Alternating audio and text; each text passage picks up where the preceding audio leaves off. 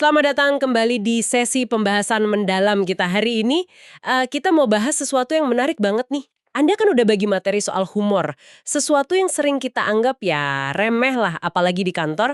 Tapi sumber-sumber ini bilang, humor itu bukan cuma iseng, tapi kayak kekuatan super gitu. Betul sekali. Sering dianggap nggak serius, padahal dampaknya bisa serius. Nah, makanya kita bongkar yuk bareng-bareng. Berdasarkan materi Anda ini, kita lihat kenapa sih humor itu penting dari sisi ilmiah, praktis, ya kan, di kerjaan, di hidup. Dan yang lebih penting lagi, gimana caranya kita pakai ini biar efektif gitu. Tapi ya nggak perlu jadi komedian juga. Ini kita rangkum khusus buat Anda biar dapat intisarinya cepat tapi tetap dalam. Oke, siap ya? Kita mulai nih. Siap. Mari kita mulai. Oke, pertama nih, materi Anda langsung ngelawan mitos lama. Tahu kan, anggapan kalau urusan serius itu ya harus serius terus, nggak boleh ada lucu-lucunya. Iya. Mitos urusan serius itu ya? Nah, padahal survei eksekutif yang dari Robert Half sama Hodge Cronin itu justru bilang kebalikannya loh. 98% pimpinan malah lebih suka karyawan yang punya selera humor. 98%. Tinggi banget itu. Iya kan? Dan 84% yakin karyawan yang humoris itu kerjanya lebih bagus.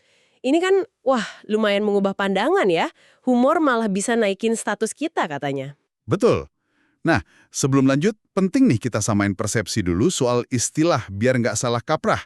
Sesuai materi Anda ya, ada levity atau keceriaan, ini lebih ke mindset, sikap mental kita gitu, yang terbuka sama hal-hal ringan, gembira. Oke, jadi levity itu sikapnya ya.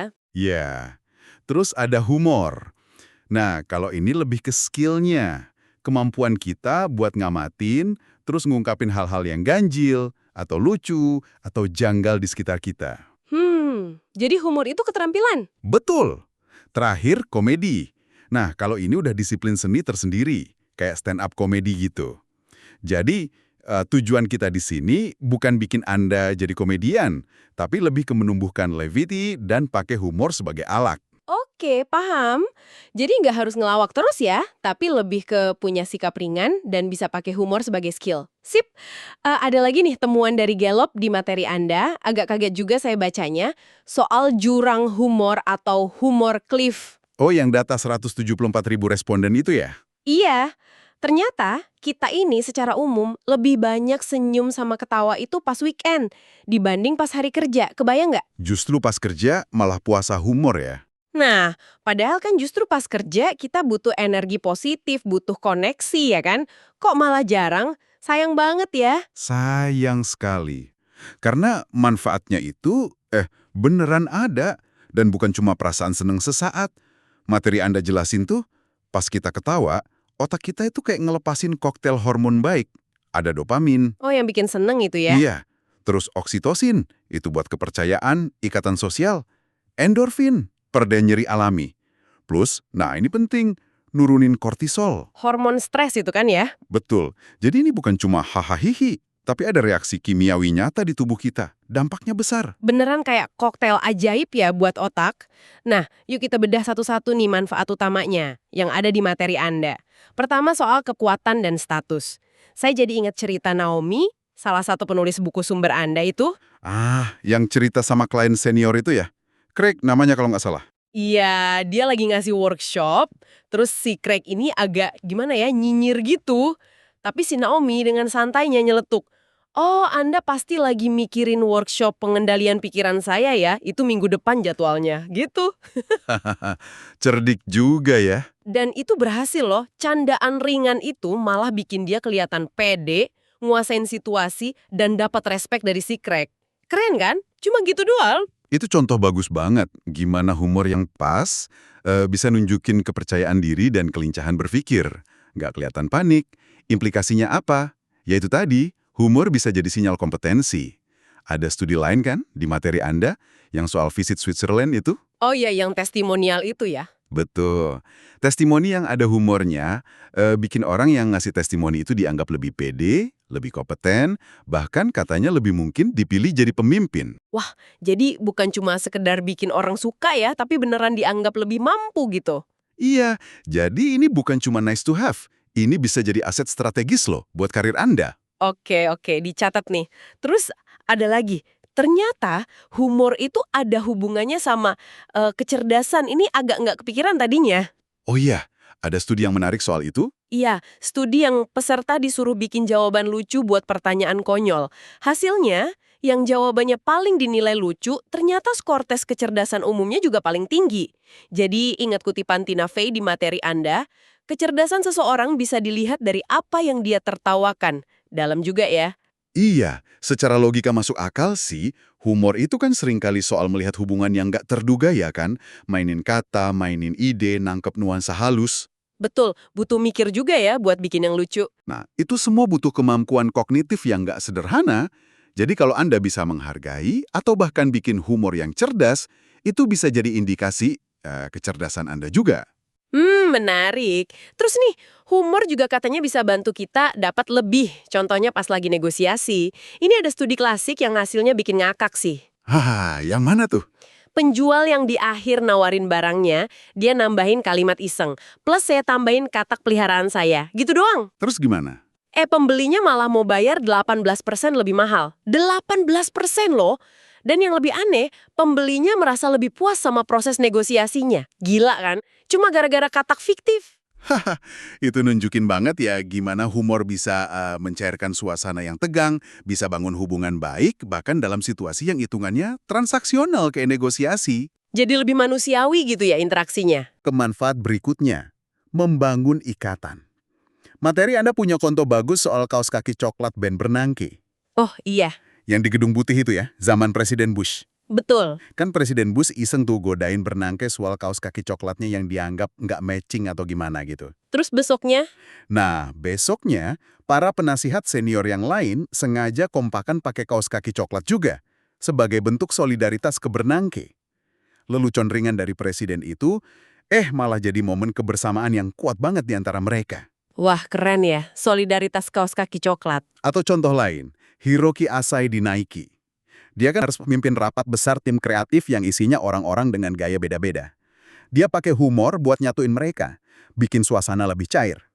Humor itu kayak lem sosial gitu. Lem sosial, suka saya istilahnya. Dan ini kayaknya nyambung juga ya ke manfaat berikutnya, meningkatkan kreativitas. Di materi Anda disebut soal masalah lilin dangker. Gimana tuh ceritanya? Ah, iya. Itu tes kreativitas klasik banget. Jadi, peserta dikasih lilin, terus sekotak paku payung, sama korek api. Tugasnya ngapain? Tugasnya, tempel lilin itu ke dinding, tapi lelehannya nggak boleh netes ke meja di bawahnya. Solusinya kan, paku payungnya dikeluarin dulu, terus kotaknya dipaku ke dinding buat jadi tatakan lilin. Oh, jadi kotaknya yang dipakai. Oke. Nah, studinya nunjukin, kelompok yang sebelum ngerjain tes itu disuruh nonton video lucu dulu, kemungkinan mereka buat nemuin solusi itu jadi 2 kali lipat lebih besar dibanding kelompok kontrol. Loh kok bisa? Cuma gara-gara nonton video lucu jadi lebih kreatif gitu? Apa hubungannya? Karena humor itu bantu kita ngatasin yang namanya functional fixedness. Itu loh kecenderungan kita mikir kalau satu benda, ya fungsinya cuma itu-itu aja. Kotak, ya buat wadah paku, bukan buat tatakan lilin. Ah, oke. Jadi mikirnya nggak kaku lagi ya? Tepat, humor bikin pikiran kita lebih lentur, lebih mau main-main sama ide, lebih terbuka sama kemungkinan nyeleneh. Jadi lebih gampang mikir out of the box. Otaknya nggak kaku lagi. Oke, masuk akal banget. Nah, manfaat terakhir nih, tapi nggak kalah penting. Meningkatkan ketahanan atau resiliensi. Ternyata humor itu beneran bisa nurunin stres ya. Yang bikin saya takjub dari materi Anda, penurunan kortisol itu terjadi bahkan cuma dengan mengantisipasi tawa. Belum ketawa aja udah ada efeknya. Betul, itu luar biasa sih. Dan nggak cuma buat stres sehari-hari, humor juga bantu kita hadapi masa-masa sulit. Ada studi dari Dacher Keltner soal orang berduka. Gimana tuh hasilnya? Hasilnya, mereka yang bisa ketawa atau senyum pas mengenang almarhum, itu cenderung punya penyesuaian emosi yang lebih baik dalam jangka panjang, bisa melalui masa sulit dengan lebih tegar. Wow, bahkan di situasi sedih pun ya? Iya, bahkan ada kaitannya sama kesehatan fisik juga loh. Mhm. Studi 15 tahun di Norwegia itu nemuin, orang yang punya selera humor bagus, risiko kematiannya lebih rendah karena penyakit jantung dan infeksi. Serius? Sampai ke risiko kematian? Iya, jadi humor ini beneran urusan serius nampaknya buat kesehatan dan ketahanan jangka panjang kita. Wah, luar biasa banget ya manfaatnya. Oke, jadi kita udah tahu nih kenapa humor itu penting.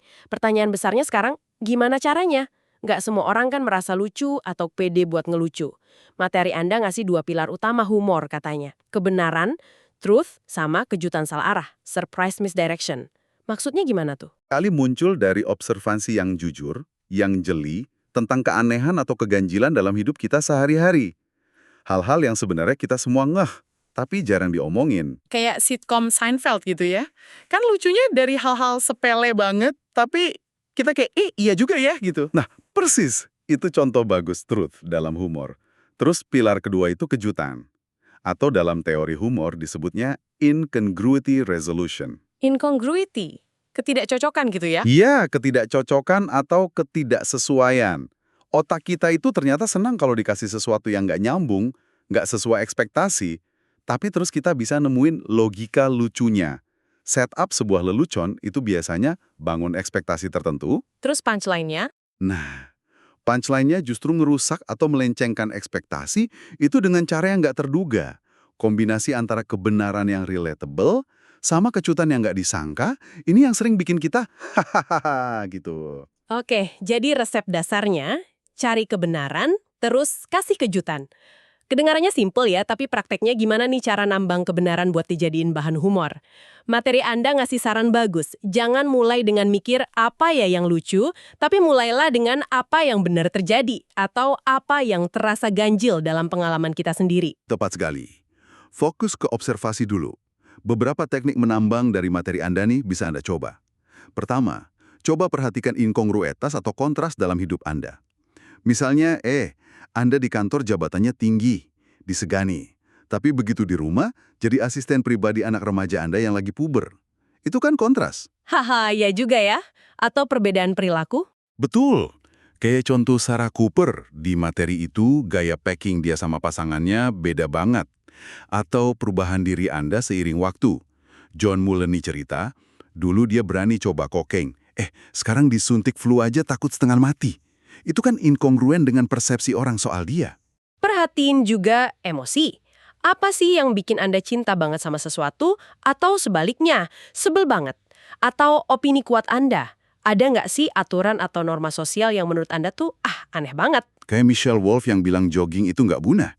Itu kan opini kuat dia. Atau perhatikan rasa sakit, tapi, nah ini penting, harus udah ada jarak waktu. Ingatkan pepatah, komedi sama dengan tragedi plus waktu? Oh ya, kayak contoh Trevor Noah soal rumahnya kebakar itu ya? Nah, itu dia. Dia bisa bikin lucu karena udah ada jarak waktu dan emosional. Kalau baru kejadian, ya nggak mungkin. Dan satu lagi yang krusial, spesifik, detail, itu kunci humor yang bagus. Jangan ngomong umum. Contoh anak 6 tahun yang nyebut sos ranch itu salad frosting, glasir salad. Itu lucu karena spesifik, unik, dan nggak terduga. Oke, jadi bahan mentahnya udah dapet nih dari observasi kebenaran dan keganjilan hidup. Terus gimana ngolahnya jadi sesuatu yang lucu? Materi Anda juga nawarin beberapa resep atau teknik meramu nih, contohnya melebih-lebihkan, exaggerate. Iya, teknik ini lumayan gampang dicoba. Ambil observasi Anda, terus bawa ke titik paling ekstrim, paling lebay. Kayak Sarah Cooper tadi, gambarin kursi pesawat paling belakang itu udah kayak neraka jahanam aja. Kordoroy pas dipijit. Itu kan dilebih-lebihin banget. Betul. Teknik lain, kontras.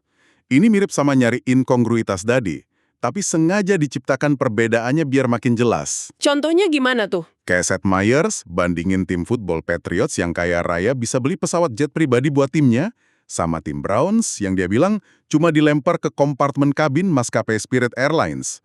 Perbedaan nasib yang dibikin ekstrim itu jadi lucu. Oke. Terus ada aturan 3, rule of 3. Ini sering dengar nih di stand up. Maksudnya gimana sih? Prinsipnya simple. Sebutin 2 hal pertama yang sejenis atau membentuk pola tertentu, terus hal ketiga yang Anda sebutin justru nyeleweng atau nggak nyambung sama pola itu. Nah, ketidaksesuaian di item ketiga ini yang bikin kejutan dan lucu. Contohnya tadi Amy Schumer ya. Tahun ini saya jadi super kaya, terkenal, dan rendah hati. Gitu. Iya. Rendah hati di situ kan nggak nyambung sama kaya dan terkenal, makanya jadi punchline. Terakhir, ada analogi. Ini membandingkan situasi yang mau Anda ceritain dengan sesuatu yang sama-sama ekstrim atau aneh, tapi dari dunia yang beda banget. Kayak Jim Gaffigan tadi ya, nyamain punya keluarga besar itu kayak punya toko kasur air, waterbed. Dulu di mana-mana ada, sekarang kok aneh ya liatnya. Analogi yang nggak kepikiran gitu ya. Betul. Analogi yang nggak terduga itu bikin kejutan. Nah, itu beberapa teknik dasar buat masak observasi jadi humor. Kuncinya ya latihan, observasi terus, dan berani coba-coba aja. Sip. Jadi udah tahu kenapa penting, udah tahu cara cari bahan dan ngolahnya. Sekarang, bagian paling praktis nih. Gimana terapin humor ini di tempat kerja? Materi Anda kan negesin lagi, tujuannya bukan jadi pelawak kantor ya, tapi lebih ke bikin koneksi antar manusia jadi lebih baik. Katanya mulai dari hal kecil aja, dampaknya bisa gede. Contohnya, di email. Betul. Email kan sering jadi kaku banget ya. Coba deh sesekali pakai callback. Ini istilah buat merujuk lagi ke momen lucu atau obrolan ringan yang pernah terjadi sebelumnya sama si penerima email. Oh, kayak contoh Daria sama Sagar soal rambut Daria yang perfect itu ya, setelah diskusi serius. Nah, iya. Callback kayak gitu bisa bikin hubungan kerja jadi lebih personal, lebih hangat. Bisa juga variasikan penutup email. Jangan regards atau hormat saya melulu. Tambahin PS yang ringan kalau pas. Atau manfaatin fitur auto-reply pas cuti buat sesuatu yang kreatif dan lucu. Kayak Peter Shankman yang terkenal itu. Auto-reply-nya legendaris. Dan tolong banget deh, kurangin jargon korporat yang kaku dan aneh itu. Iya, kadang bahasa korporat itu udah kayak bahasa planet lain. Setuju, selain email, humor juga bisa dipakai buat menciptakan kesan pertama katanya. Bisa banget. Riset dikit soal orang yang mau Anda temui itu bisa bantu. Kayak contoh Billie Jean Shaw, dia tahu Damon John dari Shark Tank itu suka dad jokes, jadi pas ketemu dia bawain buku lelucon bapak-bapak. Itu kan usaha personalisasi yang bagus. Atau bioprofesional kita di LinkedIn atau website bisa juga dikasih sentuhan humor. Lihat aja contoh Steve Riordan atau Michael Keyes di materi Anda. Kelihatan lebih manusiawi gitu ya. Tapi ada catatannya nih. Hati-hati kalau mau pakai humor yang merendah diri, self-deprecating. Apalagi kalau Anda masih baru atau junior di suatu tempat. Takutnya malah dianggap beneran gak kompeten, bukan lucu. Oke. Jadi harus lihat konteks dan posisi juga ya. Nah, ini penting banget nih. Humor juga bisa jadi penyelamat di momen sulit. Misalnya pas kita harus menyampaikan kebenaran pahit ke orang lain. Gimana caranya? Ada contoh bagus dari konsultan John Henry. Dia harus nyadarin kliennya kalau rapat-rapat mereka itu super nggak efisien, buang waktu. Tapi kan ngomong langsung gitu bisa bikin defensif. Terus dia gimana? Dia pakai cara unik. Dia nemu manual sabotase CIA zaman Perang Dunia Kedua. Terus dia bacain taktik-taktik sabotase di manual itu ke kliennya. Kayak sering-sering bikin komite, ungkit lagi keputusan yang udah lama, bikin proses jadi berbelit-belit. Ternyata Mirip sama kelakuan kliennya. persis. Kliennya jadi ketawa sendiri, tapi sekaligus kena. Mereka sadar tanpa merasa diserang langsung, pesannya sampai. Cerdik kan? Cerdik banget. Atau pas kita sendiri yang harus mengakui kesalahan. Humor bisa bantu juga ya. Bisa. Contohnya Sonal Naik. Dia ditegur klien karena ngomongnya kepanjangan di telepon. Alih-alih defensif, dia kirim email rangkuman rapatnya dengan penutup, "In future brevity, Sonal. Demi keringkasan di masa depan, Sonal." Itu kan nunjukin dia dengerin feedback dan bisa ngetawain dirinya sendiri sedikit. Ya gitu. Ngasih tahu targetnya jauh tapi nggak bikin langsung drop. Betul. Humor juga ampuh buat memulai sesi kelompok, biar nggak kaku dan formal melulu. Tapi bukan sekadar icebreaker yang basi ya. Terus gimana biar nggak basi? Bisa tanya pertanyaan personal yang relevan sama topiknya, kayak Stephen Curry di acaranya. Atau lakukan aksi tone setter yang nggak terduga, kayak Curry niruin gaya Steve Ballmer buat cairin suasana sebelum rapat penting. Atau pakai cold open yang menarik, kayak Chris Artle bawa sepeda yang stangnya kebalik pas mau workshop soal perubahan. Itu kan langsung visual dan bikin orang mikir, wah ini maksudnya apa nih? Lebih ngena daripada slide pembuka biasa. Oke. Dan terakhir buat memicu kreativitas dalam tim. Gimana caranya? Coba deh teknik bad idea brainstorm ala Astro Teller di Google X. Sengaja minta tim ngeluarin ide terburuk atau tergila soal suatu masalah. Tujuannya justru biar orang lebih rileks, nggak takut dijudge salah atau nggak bagus. Kadang dari ide jelek itu malah muncul percikan ide brilian. Jadi dibebasin dulu ya pikirannya. Iya, Atau undang orang dari dunia komedi buat kasih perspektif baru. Kayak contoh Matt Kleinman dari Pitch App bantu perusahaan retail. Dia dengerin kelakar karyawan soal pengalaman belanja. Dari situ malah ketemu insight baru buat bisnis. Wah, banyak banget ya aplikasinya di kerjaan. Tapi ya, namanya juga humor pasti ada resikonya kan ya. Nggak selamanya berhasil, kadang malah bisa jadi bumerang. Materi Anda juga bahas ini kan, soal area abu-abu? Iya, dibahas kok. Jujur aja, apa yang dianggap lucu atau pantas itu kan subjektif banget. Beda orang, beda selera, beda sensitivitas. Ingat aktivitas spektrum di kelas Stanford yang Anda ceritain? Iya, yang peserta disuruh berdiri di garis spektrum pantas nggak pantas dan lucu nggak lucu buat nilai contoh-contoh humor, hasilnya beda-beda banget ya? Nah itu dia, nggak ada rumus pasti. Makanya Anne Libera dari The Second City ngasih kerangka pikir. Kebenaran, rasa sakit, dan jarak. Ini bisa jadi panduan buat kita nimbang-nimbang sebelum ngeluarin humor, terutama yang agak beresiko. Coba jelasin dikit soal kerangka itu, kebenaran, rasa sakit, jarak. Kebenaran itu soal apakah humornya berdasarkan observasi yang jujur atau cuma stereotip dangkal. Rasa sakit itu soal potensi humor itu menyakiti atau menyinggung kelompok tertentu.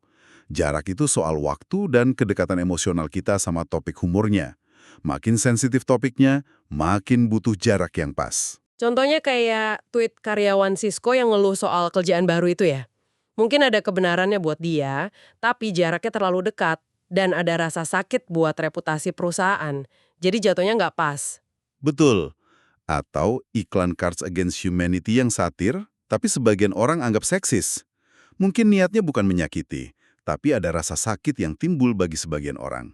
Atau artikel di Onion pasca 911, itu butuh jarak waktu yang pas banget dan nada yang hati-hati biar bisa diterima sebagai humor gelap, bukan nggak sensitif.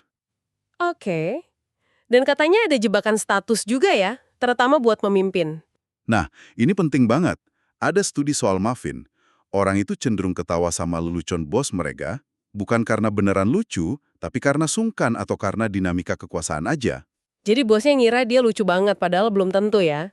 Iya, ini bikin pemimpin susah ngalibrasi atau ngukur kelucuan candaannya sendiri. Makanya, aturan emasnya, jangan pernah memukul ke bawah atau ngeledek orang yang statusnya lebih rendah dari Anda. Itu nggak etis dan nggak lucu. Kesalahan lain apa lagi yang sering bikin humor gagal? Itu tadi, bawain lelucon yang bukan milik Anda. Misalnya lelucon soal kelompok tertentu, padahal Anda bukan bagian dari kelompok itu. Terus, gagal nyesuaiin humor sama konteks atau audiens. Atau terlalu terpaku sama satu gaya humor aja, padahal situasi butuh gaya yang beda. Nah ini nih pertanyaan krusial. Gimana kalau amit-amit humor kita gagal total? Udah keluar garing banget atau malah ada yang tersinggung? Pasti pernah kan ngalamin momen canggung kayak gitu? Apa yang harus kita lakuin? Jangan diem aja kan? Jangan diem aja. Materi Anda ngasih 3 langkah pemulihan yang bagus. Pertama, kenali, recognize. Sadari sinyal-sinyalnya. Hening yang awkward, ada yang nyeletuk nggak enak, atau orang ketawa tapi kedengeran banget basa-basinya. Perhatikan juga reaksi nonverbal dan dinamika status di ruangan. Oke, jadi peka sama situasi. Terus? Kedua, diagnose.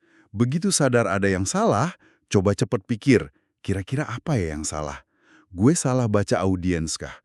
Ngomongnya nyinggung siapa ya? Apa tadi gue mukul ke bawah? Konteksnya nggak pas ya? Coba identifikasi sumber masalahnya. Biar nggak keulang lagi ya.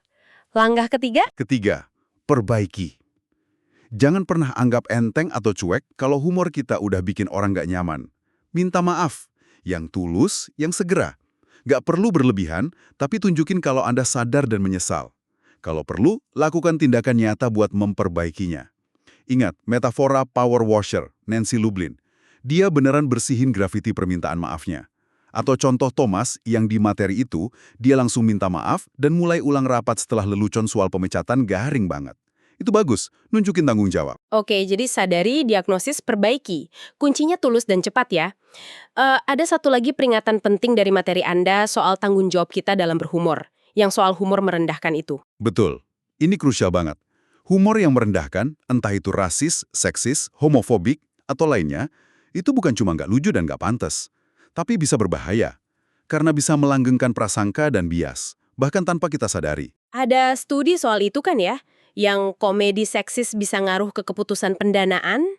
Iya, studi itu nunjukin orang yang habis nonton komedi seksis, meskipun cuma komedi, cenderung jadi lebih bias dan ngasih skor lebih rendah ke proposal bisnis dari pengusaha perempuan. Ngeri kan dampaknya? Bisa sampai ke keputusan finansial gitu. Makanya penting banget buat kita nggak cuma hati-hati sama humor kita sendiri, tapi juga berani ngomong atau negur kalau kita dengar ada humor di sekitar kita yang udah kelewatan batas dan merendahkan orang lain. Setuju banget. Jadi kalau kita rangkum nih dari semua pembahasan materi Anda ini, jelas banget ya kalau humor itu jauh dari kata sepele atau cuma main-main. Iya, ini adalah skill serius yang bisa dipelajari kok. Bukan bakat bawaan lahir aja. Dan didukung sains pula manfaatnya. Manfaatnya nyata banget buat kerjaan, bisa naikin pengaruh, ngeratin hubungan tim, mancing kreativitas, bangun ketahanan pas lagi susah. Dan juga buat bikin hidup kita secara umum lebih berwarna, lebih bermakna ya. Tepat sekali. Bagi Anda, para pembelajar yang dengerin ini, yang selalu ingin berkembang, memahami dan mempraktekkan humor dengan bijak, ini bisa jadi tambahan senjata yang sangat berharga di toolkit Anda. Dan ingat ya, poinnya bukan jadi orang paling lucu sekantor gitu, tapi lebih ke jadi lebih manusiawi, lebih bisa nyambung sama orang lain, dan ujung-ujungnya ya jadi lebih efektif dalam mencapai apapun tujuan Anda. Nah, sebagai penutup nih, ada satu gagasan menarik dari materi Anda yang saya suka banget. Jangan cuma mikirin gimana pakai humor sesekali aja, tapi coba deh kembangkan pola pikir ceria, levity, sebagai kayak kacamata kita buat melihat dunia sehari-hari. Maksudnya gimana tuh pola pikir ceria? Jadi gimana? Kalau besok, Anda coba mulai hari dengan niat sengaja mencari momen-momen kecil yang bikin senyum. Atau momen yang aneh, yang absurd dalam rutinitas Anda yang biasa aja. Bukan nunggu momen lucu datang nyamperin Anda, tapi Anda yang aktif. Seolah berjalan dengan sedikit senyum di bibir, siap menyambut kegembiraan atau keanehan kecil itu. Wah, menarik ya. Jadi proaktif nyari levity gitu. Iya. Kira-kira nih, kalau Anda coba ubah mindset jadi kayak gitu, gimana ya dampaknya ke cara Anda memandang dunia? Atau ke cara Anda berinteraksi sama orang lain? Nah, itu mungkin sesuatu yang bisa Anda renungkan sendiri. Sesuatu untuk direnungkan. Oke, terima kasih banyak sudah menyimak pembahasan mendalam kita kali ini. Sampai jumpa di pembahasan berikutnya.